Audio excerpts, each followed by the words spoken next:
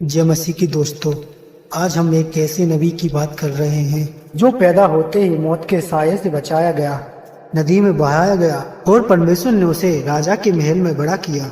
यह बच्चा आगे चलकर लाखों लोगों का अगुवा बना, समुद्र को दो भागों में बांटा और परमेश्वर के आमने सामने बात की। और इस व्यक्ति का नाम है मूसा। मूसा की कहानी विश्वास, संघर्ष, चमत्कार और आज्ञाकारी की अद्भुत यात्रा है।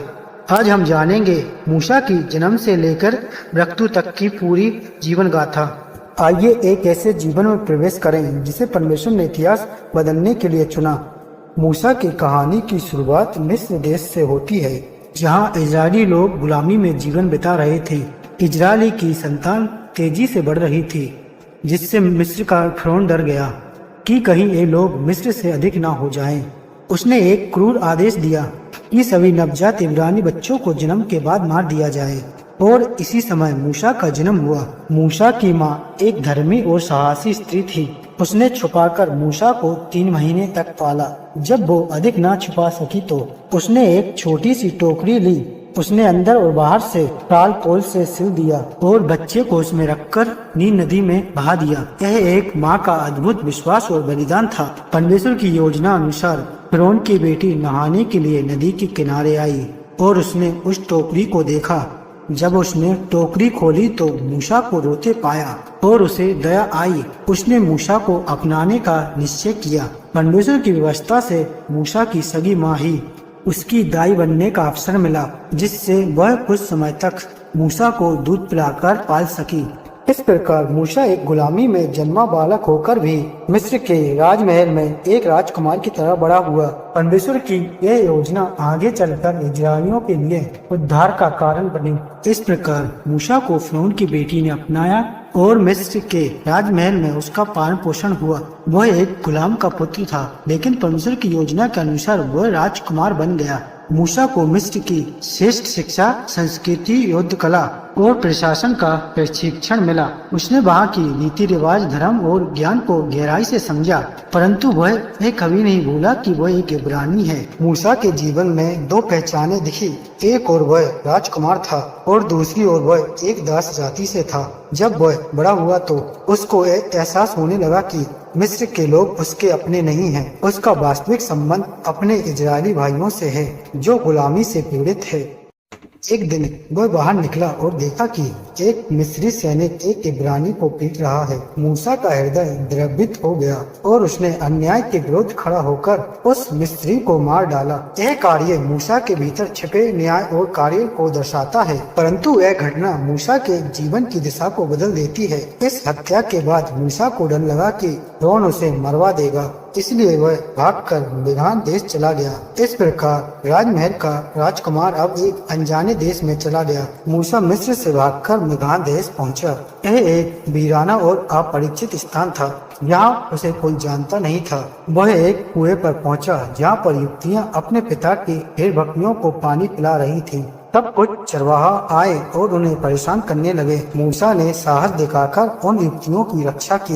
युवतियों ने जाकर अपने पिता को मूसा के बारे में बताया और उनके पिता ने मूसा को अपने घर में आमंत्रित किया। मूसा ने आमंत्रित को स्वीकार किया और कुछ दिनों बाद युवतियों के पिता ने अपनी बेटी सिप्पोरा का विवाह मूसा से कराया। इस प्रकार मूसा को एक नया परिवार मिल गया। वह एक गढ़िया बना। अब वह राजमहल का जीवन छोड़ अब वह एक साधारण गढ़िया की तरह जीवन बिताने लगा। उसने बकरियों और भेड़ को चराना शुरू किया। यह समय मूसा के लिए बाहरी रूप से शांत लेकिन आत्मिक रूप से तैयारी का समय था। वह जंगल, पहाड़ों और अकेलेपन में परमेश्वर के लिए तैयार हो रहा था। यहाँ पर मूसा के लिए आत्मिक नियंत्रित और धैर्य का पाठ मिला है। वह अब किसी जाति का राजकुमार नहीं था, बल्कि अब वह परमेश्वर की योजना में भविष्य का सेवक था। विज्ञान में मूसा अपने ससुर इत्रो की भेड़ बकरियां चराता था। एक दिन वह अपनी भेड़ बकरियां चराते हुए सिय्योन पर्वत की ओर चला गया। वहीं पर उसको एक अद्भुत दृश्य दिखाई दिया। एक झाड़ी जल रही थी, लेकिन वह भस्म नहीं हो रही थी। यह दृश्य बहुत ही अलौकिक था। मूसा उसे देखने के लिए पास गया। तभी उसे परमेश्वर की आवाज सुनाई दी, मूसा मूसा। उसने उत्तर दिया, मैं यहाँ हूँ। परमेश्वर ने मूसा से कहा, अपने पांवों से जूते उतार, जहाँ पे तू खड़ा है वो पवित्र स्थान है। परमेश्वर ने उसे बताया कि उसने अपने लोगों की पीड़ा मिस्र में देखी है, अब उन्हें छुड़ाने के लिए मूसा को मिस्र में भेजेगा। मूसा यह सुनकर हैरान रह गया और उसने कहा, मैं कौन हूँ जो फिरौन के पास जाकर तेरे लोगों को छुड़ा सकूं? परमेश्वर ने उत्तर दिया, मैं तेरे संग रहूंगा। मूसा ने परमेश्वर से नाम पूछा तो उसे उत्तर मिला, मैं जो हूँ सो हूँ। यह एक आत्मिक अनुभव था जहाँ पर मूसा को अपनी बुलाहट का ज्ञान हुआ। जो गड़रिया कभी भाग कर आया था वही परमेश्वर का दूत बनकर लौटने वाला था। मूसा परमेश्वर की आज्ञा से अपने भाई राहुल के साथ मिस्र के राजा फिरौन के दरबार में गया। उन्होंने साहस के साथ फिरौन से कहा, यहोवा इजराइल का परमेश्वर कहता है, मेरे लोगों को जाने दो ताकि वे जंगल में जाकर मेरी उपासना करें। यह एक सीधी और सच्ची मांग थी जो परमेश्वर की ओर से थी, लेकिन फिरौन ने इस बात को गंभीरता से नहीं लिया। उसने घमंड से कहा, मैं यहोवा को नहीं जानता और ना ही इजराइलियों को जाने दूंगा। फिरौन को लगता था कि वही सबसे बड़ा शासक है। उसको परमेश्वर की सत्ता का कोई डर नहीं था। उसके लिए इजरायली लोग केवल मजदूर थे जिससे उसके राज्य के काम होते थे। मूसा और राहुल ने बार बार यही बात दोहराई। हर बार उन्होंने चेतावनी दी कि तुम नहीं मानोगे तो परमेश्वर मिस्र पर विपत्ति भेजेगा, लेकिन फिरौन का मन और भी कठोर बना रहा। उसने इजरायली पर और भी अधिक काम का बोझ डाल दिया। अब उन्हें ईंट बनाने के लिए खुद ही पुआल इकट्ठा करना पड़ता था, लेकिन काम की मात्रा वही रहती थी। फिरौन की यह हठ धार्मिकता परमेश्वर की सहनशीलता की परीक्षा ले रही थी। मूसा जानता था कि अब परमेश्वर ही स्वयं हस्तक्षेप करेगा, इसलिए उसने परमेश्वर पर विश्वास करते हुए अपना काम जारी रखा। यह वही क्षण था जहाँ से परमेश्वर मिस्र पर अपनी शक्ति प्रकट करने वाला था और आगे चलकर 10 भयानक विपत्ति आने वाली थी। पहली विपत्ति, जल का खून बनना। जब फिरौन ने परमेश्वर की आज्ञा को ठुकराया तब मूसा ने नील नदी पर अपनी छड़ी मारी और सारा जल खून में बदल गया। मिस्र के नदी, नहरें और कुएं सब सड़ने लगे। मछलियां मर गई और पानी से बदबू आने लगी। लोग 7 दिन तक पीने के पानी को तरस गए। यह पहली चेतावनी थी कि परमेश्वर की शक्ति प्रकृति भी है, लेकिन फिरौन का हृदय कठोर रहा। उसने मूसा की बात नहीं मानी। दूसरी विपत्ति, मेढ़कों की। जब फिरौन ने फिर इनकार किया, परमेश्वर ने मूसा से कहा कि वह मिस्र पर मेढ़कों की भरमार लाए। हर जगह मेढक निकल आए, घरों, बिस्तरों, रसोई, यहाँ तक कि महल में भी। लोग परेशान हो गए। फिरौन ने मूसा से प्रार्थना की कि वह प्रार्थना करे और इन्हें हटाए। मूसा ने प्रार्थना की और मेढक मर गए। लेकिन जब विपत्ति टल गई, फिरौन ने फिर अपना वचन तोड़ दिया। तीसरी विपत्ति, जुओं की। फिर परमेश्वर ने मूसा से कहा कि वह अपनी सड़ी मिट्टी पर मारे। मिट्टी से लाखों जुए बनकर मनुष्य और पशुओं के शरीर पर चिपक गए। मिस्र के जादूगर भी इन्हें नहीं रोक सके और कहा, यह परमेश्वर की शक्ति है। फिर भी फिरौन ने ध्यान नहीं दिया। यह विपत्ति दिखाती है कि कोई भी जादू या शक्ति परमेश्वर की योजना के आगे नहीं टिक सकती। चौथी विपत्ति, मक्खियों की। चौथी विपत्ति में परमेश्वर ने भारी मात्रा में डसने वाली मक्खियां मिस्र पर भेजी। यह मक्खियां घरों, बाजारों और फिरौन के महल में भर गई, लेकिन गोसेन जहां इस्राएली रहते थे वहां मक्खियां नहीं आई। यह दिखाता है कि परमेश्वर अपने लोगों की रक्षा करता है। फिरौन ने मूसा से विनती की, लेकिन जब मक्खियां हट गई उसने फिर वादा तोड़ दिया। पांचवी विपत्ति, पशुओं की मृत्यु। अब परमेश्वर ने फिरौन को फिर चेतावनी दी कि अगर वह नहीं मानेगा तो मिस्र के सभी पशु मर जाएंगे। जैसे ही उसने इनकार किया, मिस्र के गाय, बैल, भेड़, बकरियां सब मर गए, लेकिन इजरायलियों के भेड़ बकरियां सभी सुरक्षित थे। यह एक बहुत बड़ा ही अत्यधिक नुकसान था। फिर भी फिरौन का दिल कठोर रहा। छठवीं विपत्ति, ओड़े और घाव। परमेश्वर ने मूसा को राख को हवा में उड़ाने को कहा। यह राख पूरे मिस्र में उड़ गई और इंसान बाद जानवरों के शरीर में फोड़े और घाव आ गए। मिस्र के जादूगर भी इन घावों को बचा नहीं सके। दर्द, जलन और असहनीय पीड़ा के बावजूद भी फिरौन झुकने को तैयार नहीं था, परंतु परमेश्वर को न्याय स्पष्ट हो गया। सातवीं विपत्ति, ओलों की बारिश। मूसा ने चेतावनी दी कि भारी ओलों की बारिश होगी और यदि लोग व जानवर घरों से नहीं लाए गए। कुछ मिस्रियों ने बात मानी और कुछ ने नहीं मानी। फिर भारी आग और ओले गिरने लगे। खेत, पेड़ और जानवर सब नष्ट हो गए। लेकिन इजरायलियों का क्षेत्र सुरक्षित रहा। फिरौन ने माफी मांगी, लेकिन विपत्ति के जाते ही फिरौन का दिल बदल गया। 8वीं विपत्ति टिड्डियों की। जब फिरौन ने फिर इनकार किया, परमेश्वर ने टिड्डियां भेजी। उन्होंने खेतों की हर एक फसल, पेड़ और हरे पत्ते खा डाले जो ओले के बाद बचे थे। पूरा मिस्र उजड़ा सा लगने लगा। यह विपत्ति मिस्र की भूख और आर्थिक व्यवस्था पर बाढ़ थी। फिरौन ने दोबारा फिर क्षमा मांगी, पर मन फिर बदल गया। 9वीं विपत्ति अंधकार की। अब पूरे मिस्र पर 3 दिन तक अंधकार सा छा गया। कोई एक दूसरे को नहीं देख सका, ना ही कहीं जा सकता। लेकिन जहाँ इजरायली थे वहाँ प्रकाश था। यह विपत्ति दिखाती है कि परमेश्वर अंधकार पर भी नियंत्रण रखता है। फिरौन ने मूसा को मिलने को बुलाया, फिर भी उसने आज़ादी देने से मना कर दिया। 10वीं विपत्ति पहलौठे पुत्र की मृत्यु। अंत में परमेश्वर ने कहा कि अब मिस्र के हर एक पहलौठे पुत्र को मार डालेगा, फिरौन से लेकर दास तक। लेकिन इजरायलियों को एक मेमने का बलिदान देकर अपने घरों के दरवाजे पर लहू लगाना था। उस रात मृत्यु का दूत आया और मिस्र के हर घर में पहला पुत्र मर गया। लेकिन जिसके घर पर लहू था वे बच गए। लेकिन फिरौन टूट गया। 10 भयानक विपत्ति के बाद अंत में फिरौन का हृदय टूट गया। उसके घर का भी पहलौठा पुत्र मर गया।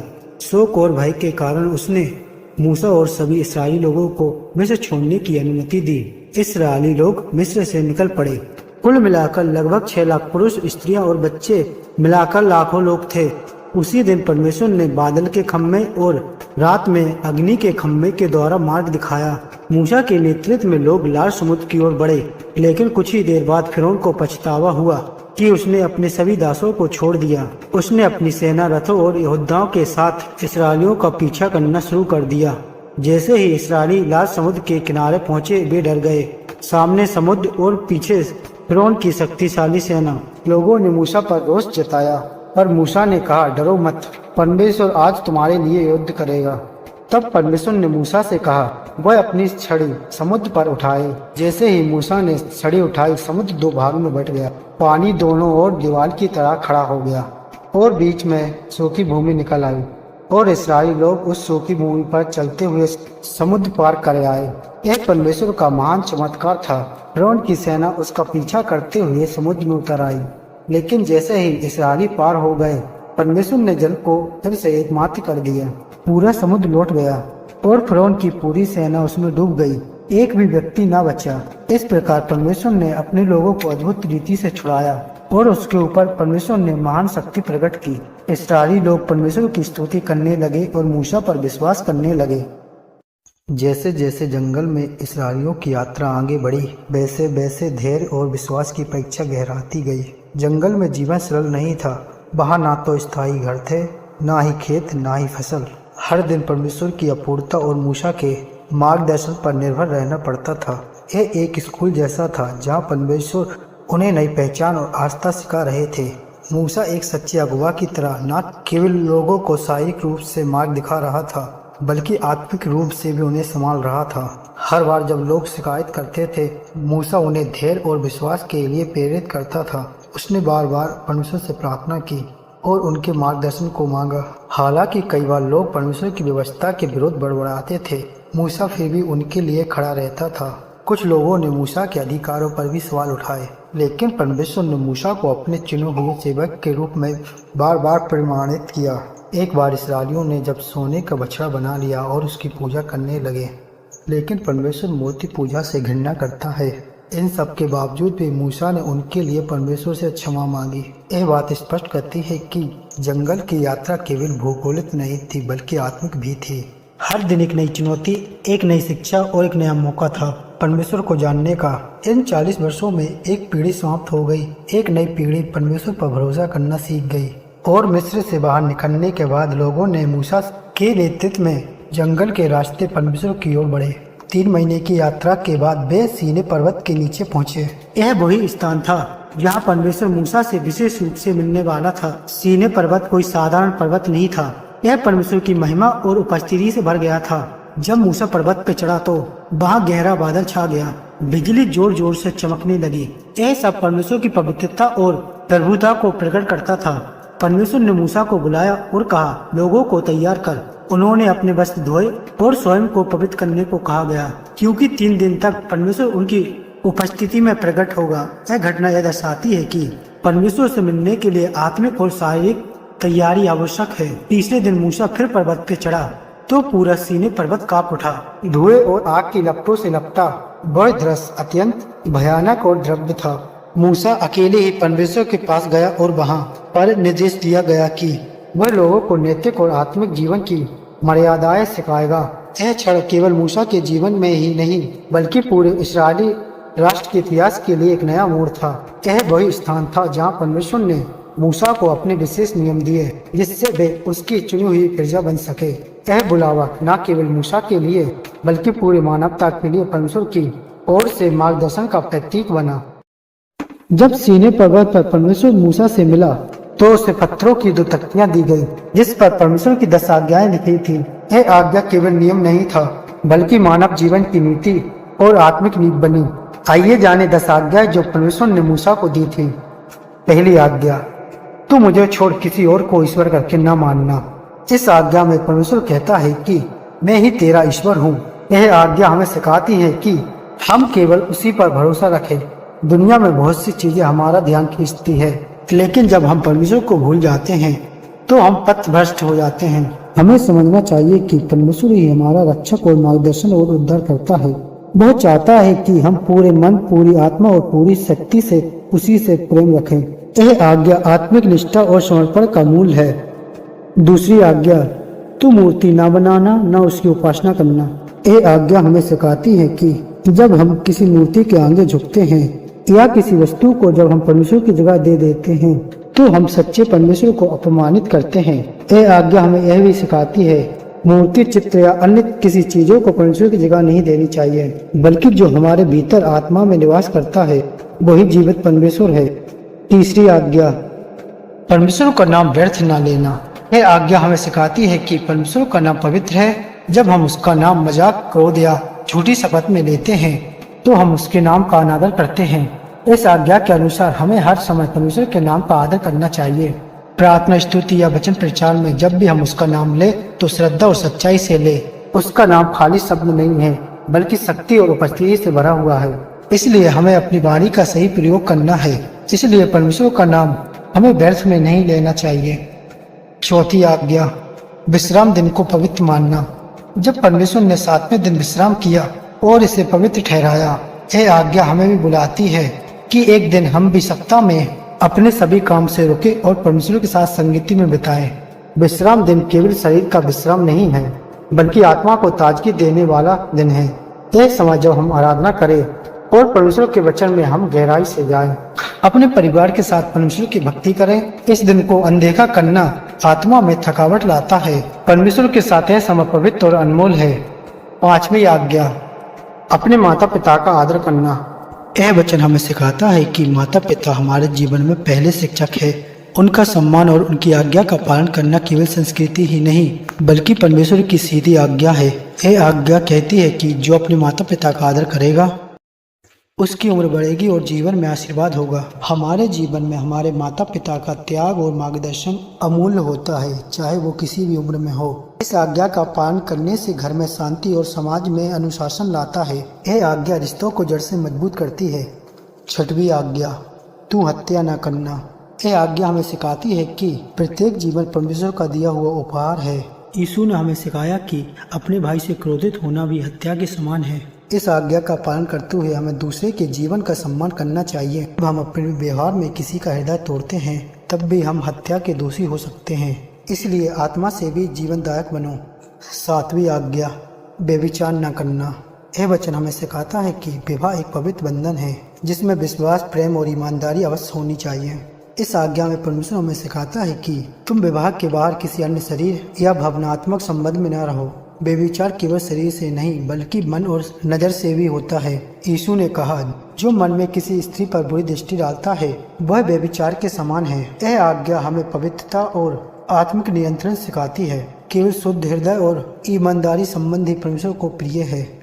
आठवीं आज्ञा, चोरी न करना। परमेश्वर हमें सिखाते हैं कि हमें ईमानदारी से कामयाब और दूसरे के अधिकार का आदर करना चाहिए। चोरी से समाज में विश्वास टूटता है, आत्मा में पाप का बोझ आता है, चाहे वह छोटी से छोटी चीज या बड़ी से बड़ी चीज क्यों ना हो। परमेश्वर की दृष्टि में सब पाप होता है। यह आज्ञा हमें सिखाती है कि कर्म और परिश्रम ही सफलता का मार्ग है। ईमानदार व्यक्ति ही परमेश्वर की दृष्टि में योग्य है। 9वीं आज्ञा, झूठी गवाही ना देना। यह आज्ञा हमें सिखाती है कि सत्य परमेश्वर का स्वभाव है। जब हम किसी के खिलाफ झूठ बोलते हैं, चाहे अदालत में हो चाहे समाज में हो, हम परमेश्वर के विरुद्ध चलते हैं। यह आज्ञा हमें न्याय और सच्चाई की ओर बुलाती है। झूठी गवाही से निर्दोष को सजा और दोषी को छूट मिलती है। जो परमेश्वर की व्यवस्था को अपवित्र करता है, हमारे शब्दों में सच्चाई हो, केवल शब्दों में नहीं बल्कि हृदय में भी सच्चाई हो। यह आज्ञा चरित्र निर्माण का भी मूल है। जो सत्य पे खड़ा होता है वही परमेश्वर के साथ चलता है। 10वीं आज्ञा, दूसरों की वस्तु की लालच न करना। यह आज्ञा हमें सिखाती है कि लालच आत्मा को कमजोर करती है। जब हम दूसरों की चीजें देखकर ईर्ष्या करते हैं तो हम परमेश्वर की दी हुई आशीषों की कदर करना छोड़ देते हैं। यह आज्ञा हमें सिखाती है कि हम संतोष में रहें और हम अपने जीवन में परमेश्वर का धन्यवाद करते रहें। हर किसी को परमेश्वर ने अलग आशीर्वाद दिए हैं, इसलिए यह आज्ञा मन को शुद्ध और आत्मा को शांत रखने का मार्ग है। जब मूसा ने वादा किए गए कनान देश को दूर से देखा तो वह समझ गए कि उनका समय पूरा हो गया है। परमेश्वर ने पहले ही उन्हें बता दिया था कि वे उस देश में प्रवेश नहीं करेंगे। इसके बाद मूसा मोआब देश में पिसगा पर्वत की चोटी पर परमेश्वर की उपस्थिति में शांतिपूर्वक मरे। यह एक साधारण मृत्यु नहीं थी बल्कि एक दैवीय विदाई थी। सबसे अद्भुत बात यह थी कि स्वयं परमेश्वर ने मूसा को एक गुप्त स्थान पर दफन किया। बाइबल बताती है कि आज तक कोई यह नहीं जानता कि उनकी कब्र कहाँ है। यह इस बात का प्रतीक है कि मूसा की महानता केवल उसकी मृत्यु या स्मारक में नहीं बल्कि उसके कार्यों और उसके ईश्वर से संबंध में है। उसका जीवन पूरी तरह से ईश्वर की योजना और इस्राएल की अगुवाई में समर्पित रहा। मूसा को एक महान अगुवे, भविष्यद्वक्ता और ईश्वर के दास के रूप में याद किया जाता है। उन्होंने न केवल इस्राएलियों को मिस्र की गुलामी से निकाला बल्कि उन्हें ईश्वर की आज्ञाओं और व्यवस्था से भी परिचित कराया। उन्होंने पर्वत पर चढ़कर 10 आज्ञाएं प्राप्त की और लोगों को न्याय और धार्मिकता के मार्ग पर चलाया। मूसा की विरासत समय से परे है। उनके जीवन की शिक्षाएं, उनका धैर्य, उनकी प्रार्थनाएं और उनका परमेश्वर के प्रति समर्पण आज भी प्रेरणा का स्रोत हैं। उनकी मृत्यु के बाद भी उनका प्रभाव जीवित रहा। यहोशू ने अगुवाई संभाली, लेकिन मूसा की छाया इस्राएल के इतिहास में हमेशा बनी रही। मूसा की कहानी हमें यह सिखाती है कि जब हम ईश्वर पर विश्वास रखते हैं, उसकी आज्ञाओं का पालन करते हैं और लोगों की सेवा में नम्रता से काम करते हैं, तब हमारा जीवन भी एक महान उद्देश्य को पूरा करता है। यह कहानी हमें धैर्य, नेतृत्व, क्षमा और आत्मसमर्पण की सच्ची मिसाल देती है।